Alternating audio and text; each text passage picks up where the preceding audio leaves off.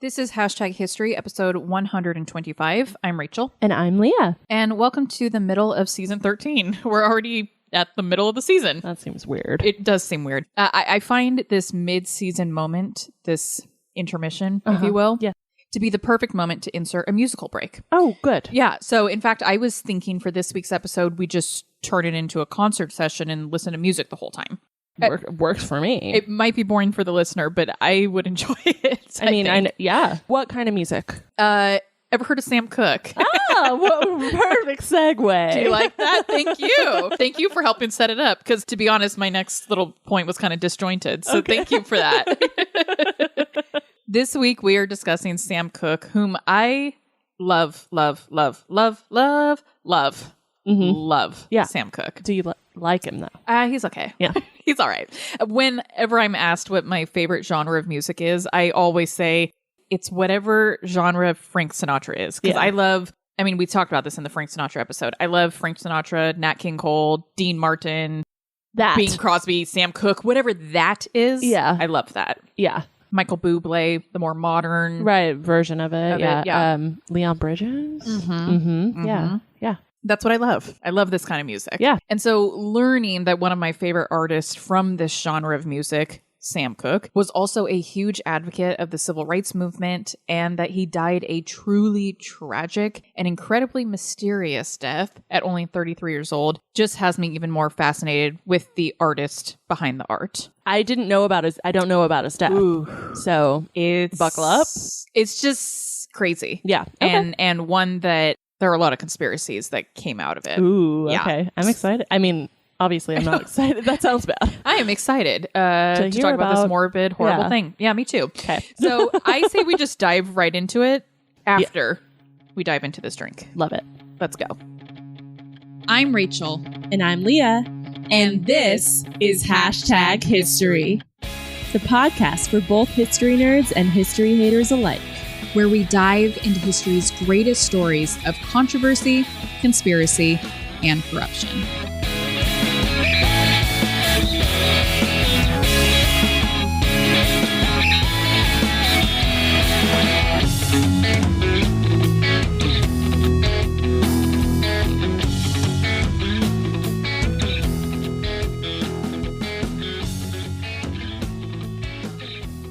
All right. You know what time it is. It's time to thank Alicia. Yes, it's our a regular segment for the podcast. Thanking Alicia. Yeah, so this is number 3 of the 5 cocktails that she sponsored this season. So huge shout out to Alicia Gutierrez Romine. Thank you. You're just too kind. Too kind. Thank you so much. So today's cocktail was once again easier to find. Good. I feel like I just had to complain. Yeah. You know how you complain about something and then it suddenly gets fixed. Yeah. Yeah. That's why I'm a huge proponent of complaining. Yeah. So yeah, that's great.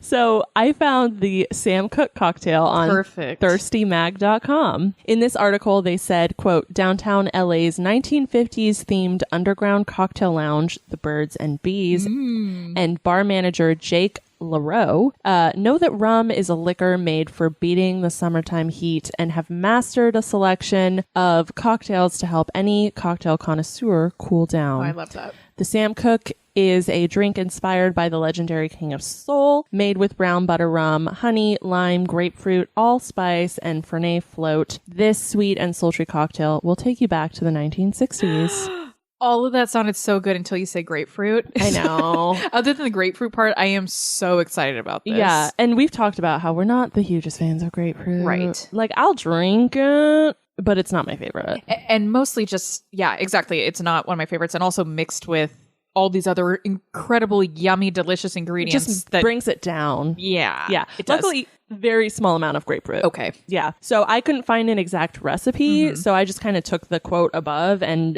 figured it out. I love that. You could do the same. Or no, we'll actually post the actual. What we did. Yeah, what we did. But just know that it's like rum and butter rum mix and honey and lime juice and grapefruit. And then a float of Fernet Branca on top. Love it. Yeah. And I was able to do almost the whole thing because I do have a ritual alternative to rum. The butter rum mix that you made doesn't include any alcohol or anything. And it's just a mixture of butter and sugar, brown sugar, and like all those spices. Exactly. Yeah. And then, I just didn't do the Fernet Branca on top. Yeah. And we'll also include the recipe that I used for the buttered rum mix. Definitely. If you ever want to make your own. I do believe that they also just sell it in stores, especially around the holidays. Okay. But it was really easy to make. And I suggest eighthing the recipe like I did because it makes a lot. It looked and smelled so good. You were talking about even just putting it on your oatmeal later. Yeah, there's some leftovers. It looks so good. Okay, so let's do this thing. Okay. Cheers. I like it. The shot on top is weird. I don't dislike it. It's kind of licoricey. The Fernet Branca has a kind of licorice flavor to it. I think mine tastes pretty good and tastes similar to something we've had in the past where we had something very similar to this in the past where it was something that we were talking about. It doesn't feel like you should have a citrus in it. I think we added lime to some kind of really what we thought was like a fall drink. Yes. Yeah. It was something you did. It was one of your cocktails. Was it? That you did. I'm pretty sure. Okay. This reminds me of it. And I remember being surprised by how much I liked it because it felt refreshing at the same time that it was like a fall spicy drink. Yeah. And it's so funny because this is definitely like a tiki drink that you're supposed to drink during the summer, but it kind of tastes fall-y to me. It does. Yeah, I wouldn't have... And it's the buttered rum. It's literally like it's got cinnamon and nutmeg and brown sugar. All those fall flavors. Yeah. I'm going with the Nate. I think that once I mix the float on top, I'll like it a little better. So assuming that's true, I'll also give it an 8. A Nate? A Nate. Okay, great. As you all know, citing our sources is really important to us. We always list all of the sources that we use to put together each episode on our website under the Citations tab. But for one source in particular that I used to put together this episode, I wanted to verbally mention it up top because it was so good. Really? So good. Was it a documentary? Yes. That you have to watch. I highly recommend it to anyone. Music history documentaries are my happy place. Then you will love this one. It's on Netflix right now. It's called Remastered: The Two Killings of Sam Cooke. I've never heard of it. Oh, it came out a while ago because I remember watching it just for entertainment, like maybe a year or so ago, just because I love Sam Cooke. But then I watched it again in preparation for this episode, and it reminded me of how good it is, not only because it does a great job of speaking to who he was as a person and the huge impact that he had on music and civil rights, but it also really dives into the truth behind the fact that Sam Cooke was killed not once but twice. Once when his physical body was taken from the earth, and another time when what was told about the circumstances of his death threatened to soil his reputation and his ultimate legacy. Wow. It's so good. It's so good. If you looked up to the show title, you will see the way that Sam Cooke's name was spelled. There's an E at the end of Cooke. This was a flair that he added into his name later in life during his singing career. But originally, he was born as Samuel Cooke, no E at the end, on January 22nd, 1931 in Clarksdale, Mississippi. He was one of 8 kids born into a fairly religious household, his father being a Baptist minister. This is a black family in Mississippi in the 1930s, in the midst of the Great Depression, which we know hit black Americans harder than any other because they were the first to be unemployed. This is also during one of the heights of the Ku Klux Klan, when segregation was still very much a thing and slavery was not a distant memory. Mississippi was not the place to be. And so when Cooke was only about 2 years old, he and his family moved to Chicago. They lived in a particular neighborhood of Chicago called Bronzeville, which if you Google Bronzeville today, the first Google search that popped up for me, it was from ChooseChicago.com, which boasts Bronzeville as, quote, a center for African American life and culture in Chicago. Historically known as the city's black metropolis, Bronzeville has a strong sense of pride in its influential history and cultural scene, unquote. And that history was really created during this time period that the Cooke family was living there.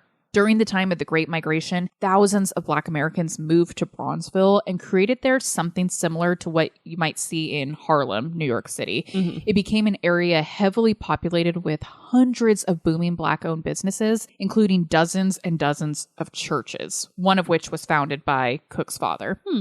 Here in Chicago, Cooke attended the same high school that Nat King Cole had attended only a few years before him, which I had to add that because I thought that was pretty cool. Really cool. It's that's like really cool. How Cameron Diaz and Snoop Dogg went to the same high school. I forget about that, but that's right. So weird. So, what is time? What is location? What is time? Yeah. He was known in high school to be a straight-A student and was even voted most likely to succeed. Oh. Like many musical artists at the time, particularly those brought up in a religious household, Cooke began his singing career by singing gospel music. Also very similar to Ray Charles. Yeah, I was thinking of Elvis. but yeah. That's I still haven't different. seen Elvis, by the way. I've watched it like 3 times. No. I'll watch it with you. Okay. I love it. It's on our Plex. Like, I love it. I just need to watch it. I'll watch it with you because I really love that movie. Okay. He began with a small little band of his siblings, known as the Singing Children Group, before becoming the lead singer of the Highway QCs as a teen. At 19, he would join the Soul Stirrers and would tour with them as their lead singer for about 6 years. In the Netflix documentary that I mentioned earlier, you hear from members of his band and other Black musical artists at the time speaking of the horrible conditions that they were forced to endure as they toured their music through southern states. There were many hotels and restaurants that wouldn't serve them. One story came from music producer Quincy Jones, who told about having to sleep in a mortuary once with 6 dead bodies in caskets beside them because that was the only place they were allowed to sleep for the night. What the Isn't that like I would that broke your brain? That broke my brain and my heart. Yeah, they like slept in a mortuary. Children, essentially, and they're there to give you entertainment. And you're going to get entertained by them because I'm sure they were great. Yep, no, they were, but amazing. They can't stay in your hotel. Yes, and they cannot stay in your church. There's going to be a lot. There are a lot more experiences like that that we're going to talk about. And you're going to make me really angry. Yeah. It's fine. And it breaks your heart, but it also breaks your brain. The logic of like, you're coming here and we're paying to see you, but we don't want you in our hotels and our restaurants. And you're not allowed to walk on certain sidewalks. But I will come and listen to you sing because you're an amazing artist and I'll dance to your music. There's clearly a level of respect on some level of respect. Is it respect or it's just entertainment? I'm using you. I feel good when you sing. Yeah. Yeah. It's not about you. It's about me. Yes. It's selfish.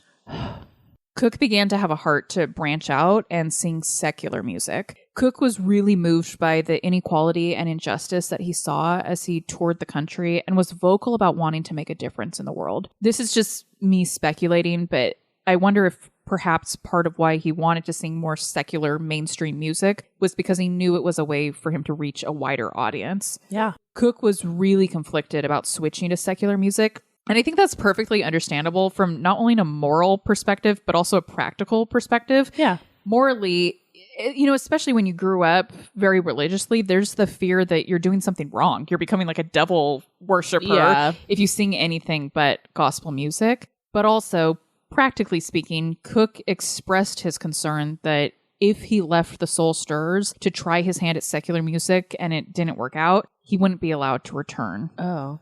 I really like this quote from his dad about this decision. Initially, his dad is a minister, and he was pretty hesitant at the idea of his son singing secular music initially. Yeah. But eventually he said, quote, "It isn't what you sing that is so important, but rather the fact that God gave you a good voice to use. He must want you to make people happy by singing, so go ahead and do so," unquote. Yeah. I also really like this quote from Sam Cooke when he was asked later by an interviewer what made him go from singing gospel music to secular music. Cooke said, quote, "My economic situation," unquote. Yeah, I need money. Yeah. Yeah. And he speaks to that. He was like, when I was singing gospel music, I had to have part-time jobs and stuff. And then when I switched to more mainstream, I mean, you'll see how much he blows up and how successful he was. Yeah.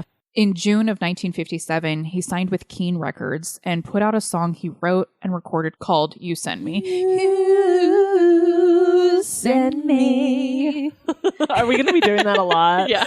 People are going to hate us. So much.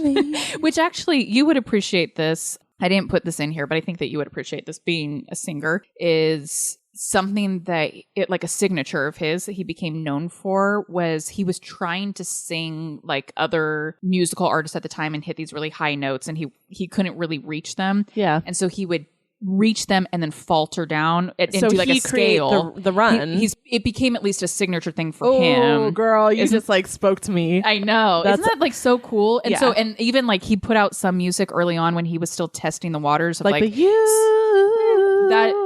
That's his signature. Yeah. When he was testing the waters to see about the secular music thing, he wasn't sure. Like, there's this one song that's so great that it's called Lovable. You probably know that one. It goes like, you're so lovable. Oh, yeah. But it was originally a gospel song saying, like, he's so wonderful, talking about God. Anyway, so he puts out a song called Lovable. He put it under a different name because he wasn't sure how like people would react and how it would go. And immediately people were like, that's Sam Cooke singing that song, because he had these signature runs or scales, or they're called runs.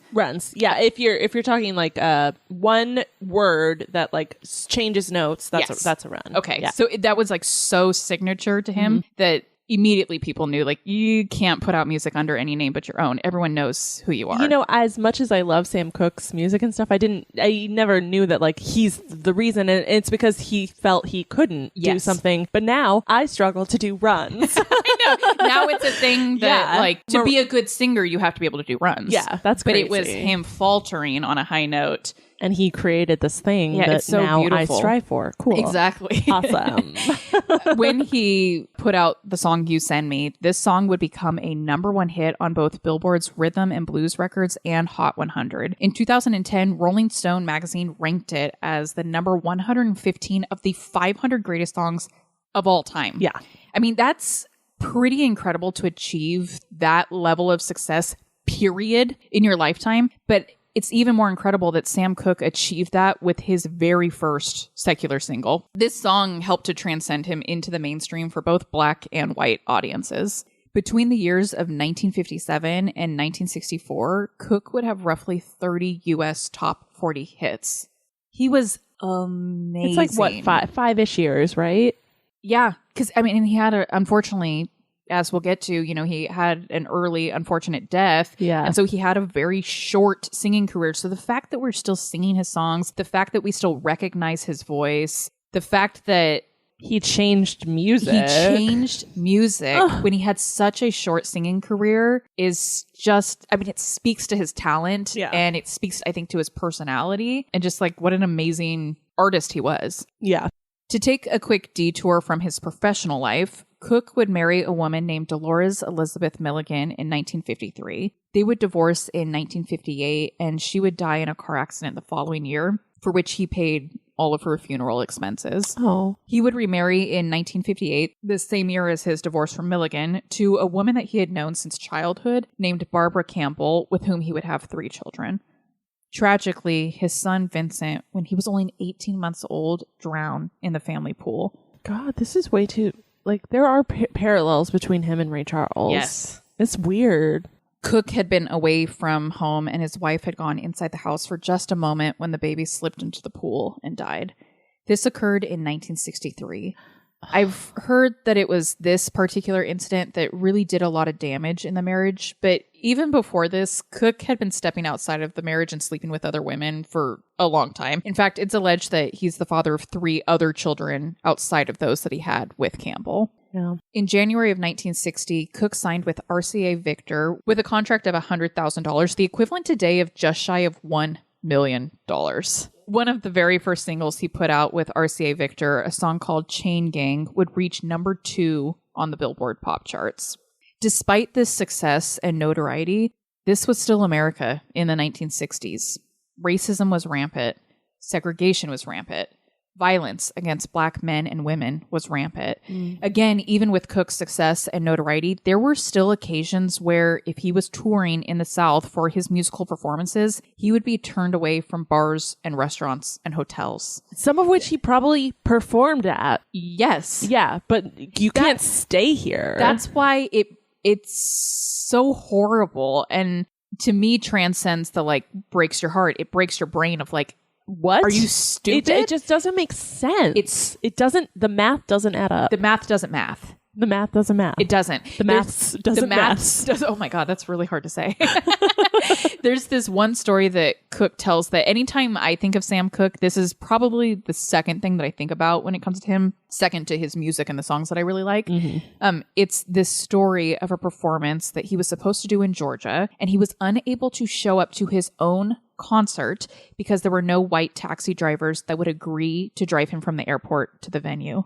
My God. And in a catch-22, when he tried to hail a black taxi driver, he learned that black taxi drivers weren't allowed to bring their cars to the airport. Obviously not, because they're competitors. They were competition. They didn't want them to get that money.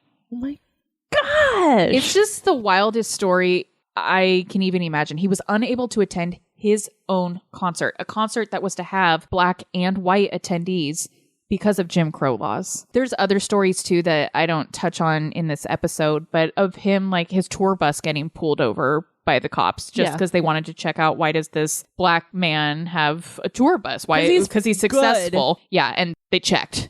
Checked what? Yeah. Sorry. I told you I was going to get heated. Oh, and I've just started. You just started? Just starting the episode. Oh God. Cooke took a stand at venues when he refused to play at places where black people were forced to pay more and or sit in the back or the balcony. I can't imagine how uncomfortable that would feel as a black artist to be singing to a white audience on the floor and then a black audience upstairs. Well, and let's not even get started on the fact that those black people that are being forced to pay more make 1,000,000 times less than the people in the front row. The math doesn't math. The math doesn't math. Yeah, he either would refuse to play at these venues. Good. Or there's this one really great story of it's one where the black audience had to sit on one side and the white audience had to sit on the other. And he sang the whole concert to the black audience. And when the venue kind of pressed him about it, he's like, I performed. Like, I did my job. You didn't tell me where I have to look when I'm singing. Like, are you going to dictate which direction my eyes look when I'm singing? Yeah. Good for you. Yeah. He became involved in the civil rights movement, working closely with Malcolm X and Muhammad Ali, the latter of whom he actually put a record out with titled The Gang's All Here. I didn't know Muhammad Ali. He has an album. Yeah, he has an album. And Cooke helped him put it together. Wow. He began putting out songs that doubled as political messages. 2 of these songs were Blowing in the Wind and what would later become an anthem of the civil rights movement, A Change Is Gonna Come. To read some of the lyrics from A Change Is Gonna Come, it goes, quote, I go to the movie and I go downtown and somebody keep telling me don't hang around. It's been a long time coming, but I know a change gonna come, unquote.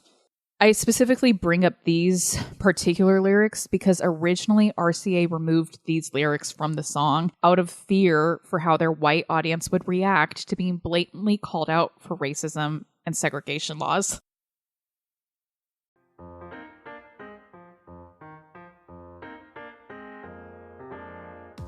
Hey everyone, we are so excited to share with you about Macy's Wine Shop. Yes, it is that Macy's. Macy's has launched their very own wine shop, which includes full-size, delicious wines curated by their experts coming from renowned wine regions, which include our home state of California and beyond. You can select exactly what type of wine you are looking for. Do you love reds? Do you love whites? Maybe a little bit of both? You can make these personalized selections quickly and easily through the Macy's Wine Shop. What makes Macy's Wine Shop better than any other online wine club is that they deliver quality wines at unmatched price points, all within 1 to 3 business days. Seriously, I ordered my wine on a Monday and had already received them by that following Wednesday. And with our link, you get $50 off a 6-bottle box of Macy's award-winning wines, which is a $95 retail value. Head to the show notes of this episode to access the discount code, or you can head to our Instagram to find the link in our bio. Cheers!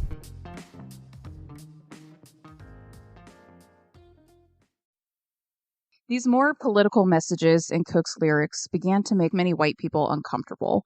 They were very uncomfortable with this well-liked mainstream black artist whom all they wanted from was entertainment, incorporating political and racial issues in his music. Oh, too bad. And Cooke was becoming pretty powerful and influential in the music industry. He would establish his own record label, which we will talk about later because there is a lot that goes into that. And he was also becoming really influential and kind of, powerful in helping other big musical artists propel their careers.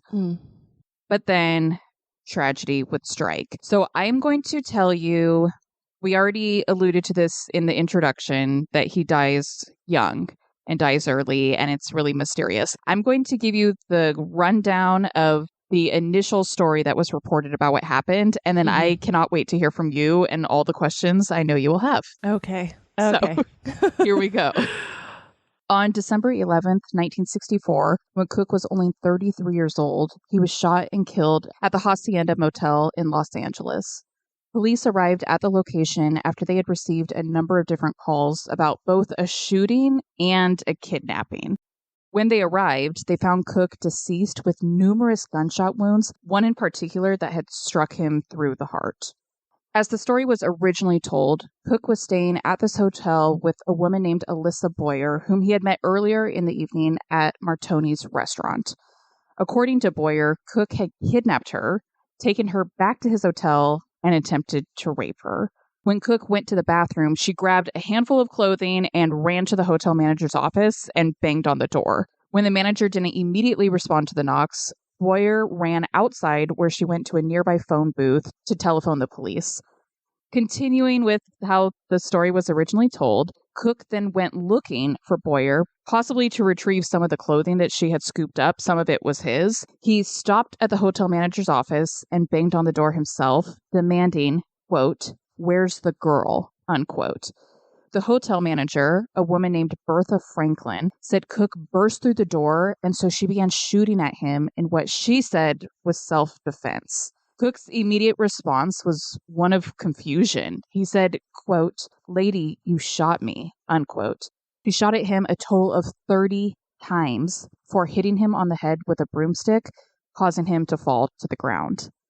Okay, so that's the story. 30 times is a lot. Wait, a lot.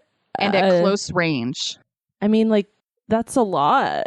I just feel like I have so many questions of Boyer's involvement and her story and how factual it is. And then also this hotel manager, like that she was prepared with a gun and shot at someone at close range 30 times and then picked up a broomstick and hit him with that too. Like, it just feels like a lot of holes. Yeah, there's something missing.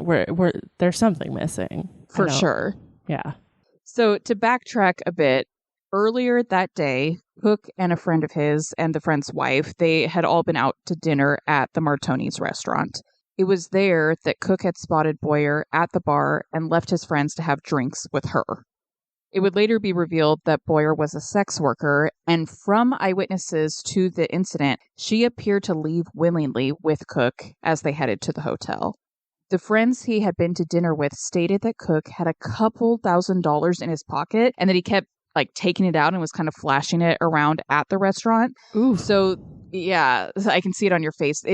Is it possible that Boyer noticed the money back at the restaurant and had followed him to the hotel with the intent to rob him? It's not out of the question. Definitely. And is this why, furthering this theory, is this why she had taken some of his clothing from the room, maybe hoping that those thousands of dollars were still in his pockets? When Boyer was searched by the police later, they found only $20 on her, though. Franklin's story is a little funky, too. Franklin was the hotel manager that shot him. Bertha Franklin. Yeah. She initially stated that all she had done was shot at Cooke. And then later on, the story developed to her admitting that she had hit him with a broomstick. And then later, she stated that she had beat him up and maybe even bit him.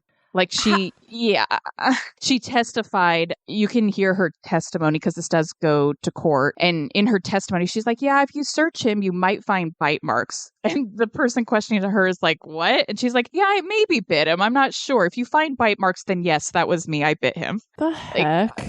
Yeah. And I mean, I'm laughing a little only because it's so unreasonable and so insane. But this is all about to take a pretty dark turn because in Etta James's memoir, she wrote about viewing Cooke's body after his death, and she said that his head was, quote, practically disconnected from his shoulders. That's how badly he'd been beaten. His hands were broken and crushed. They tried to cover it up with makeup, but I could see massive bruises on his head. No woman with a broomstick could have inflicted that kind of beating against a strong, full-grown man. Unquote. Okay, so basically now I'm getting it. Mm-hmm. I was like, what am I missing here? Did he, what happened? Okay, the assumption here being it wasn't Bertha that shot him and beat him and killed him. That assumption, I'm not sure exactly what Etta James was saying, but I know that others have theorized that maybe Bertha was involved, like that this was a plot. That, there were a number of people that were involved in bringing him down. But regardless of those theories, it was determined by authorities that this was a, quote, justifiable homicide, and the case was closed. Not only did the story not sound right to the general public, many of Cooke's family and friends called it into question. It just didn't sound right, and the whole story didn't sound like something that Cooke would have done or been involved in. Many conspiracy theories arose following his death. One was that perhaps the cops, and larger yet, the FBI, had been involved in his death. We know that the FBI had files on Malcolm X and others in the civil rights movement that Cooke had been really deeply connected with and involved with. Was it possible that Cooke was becoming too powerful, too influential, too mainstream, and it threatened white society? Muhammad Ali was quoted as saying, quote, "If Cooke had been Frank Sinatra, the Beatles, or Ricky Nelson, the FBI would be investigating," unquote. Elvis Presley supported this theory too. He too believed that Cooke was becoming too powerful to be allowed to continue on his current trajectory. I mean, I'm not to negate anything, but is Elvis Presley at this time really the best?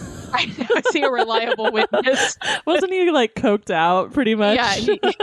But I do think Muhammad Ali's quote is 100% right. Like if Frank Sinatra had died under mysterious circumstances, it would be investigated. It would be investigated, and it wouldn't have been determined as a justifiable homicide. Sam Cooke was huge at this time. We talked about how one of his songs was #1 hit for weeks and weeks and weeks. Still to this day, another one of his songs is considered, it's within the top 115 greatest songs of all time. He was huge at this time, and to neglect a proper investigation is unacceptable in this case. For anyone, regardless of anyone. Yeah, regardless of how many hits he has and all that. Like that, if there's some question as to what happened, and it should be investigated. You're right. Yeah. Another theory involved Cooke's manager, Alan Klein. It's a bit of a long story, but not long before Cooke's death, Cooke and Klein had created a record label together named Tracy Limited. It was named after one of Cooke's daughters. This is the label that I mentioned earlier that he established on his own. Cooke was under the impression that he owned Tracy Limited and, by essence, owned the rights to his own music. It would appear, though, that this was not the case, and that Klein was indeed the ultimate owner of both the company and Cooke's music. This is an example of why people in the music and entertainment industry also have to be good business people, because they just get taken advantage of. Yes, and you need to have lawyers looking over everything. And, I don't have this right in front of me in my notes, but I know in my research I had seen that Cooke had kind of been swindled previously when he was with RCA Victor, and Alan Klein was someone that was recommended to him as an accountant to help him look at the books and see how Cooke could get more money for his music. And so I think part of this is Cooke trusted Klein. Like he had helped him in the past by helping him acquire more money. Unfortunately, Klein is still pocketing even more money than the artist himself. Wow.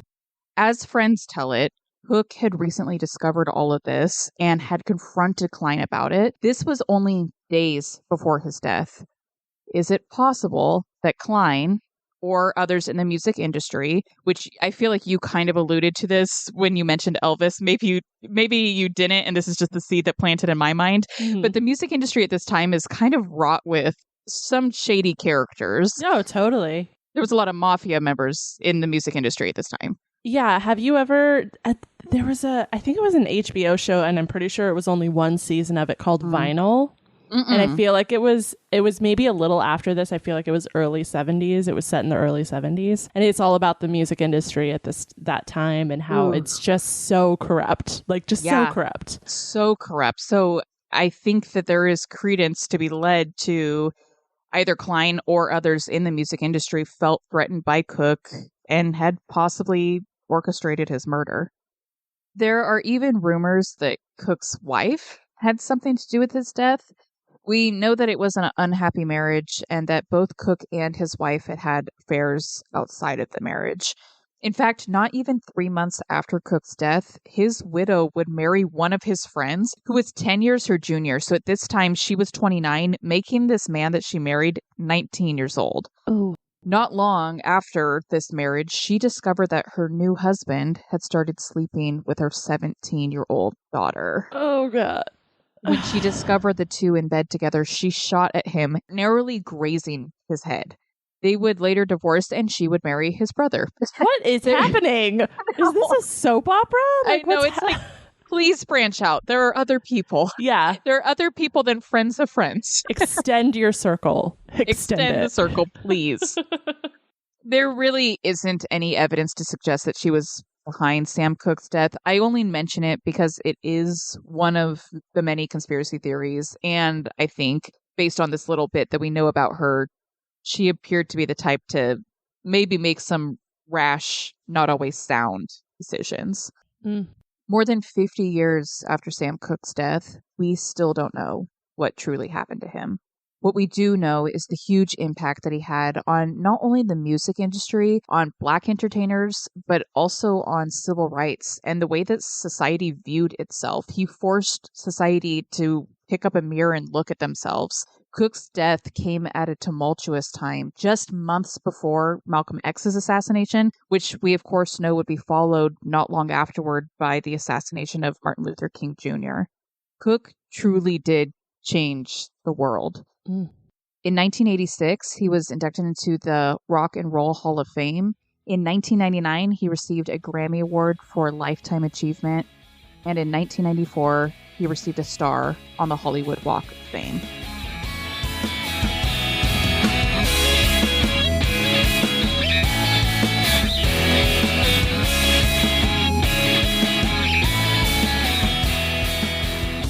Thank you all so much for listening to this episode of Hashtag History. All sources used to put together this episode can be found on our website at hashtaghistory-pod.com. Subscribe to us on whatever podcast platform you use, share about us with your family and friends, and then give us a rate and review. And be sure to check us out on Instagram. We are at #history_podcast. And come join us over on Patreon, where for as little as $1 a month, you can help support our books and booze supply. You also get access to some behind-the-scenes content, an automatic 15% off all merchandise, and we mail you cards and stickers. We do. We do. Well, you do. That's it. Yeah, I do. Thanks, everyone. Bye. Right, bye.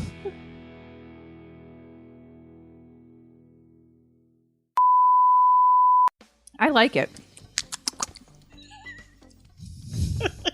Mine tastes so different from yours. Really? Though. Yeah. It's the shot. I know it's. I'm getting all the Fernet Branca on top, and I don't even know what that tastes like. I had never tried it before. Like bitters, but licorice-y. Okay. Yeah. All right. I like it. 8 all the way around. 8 all the way.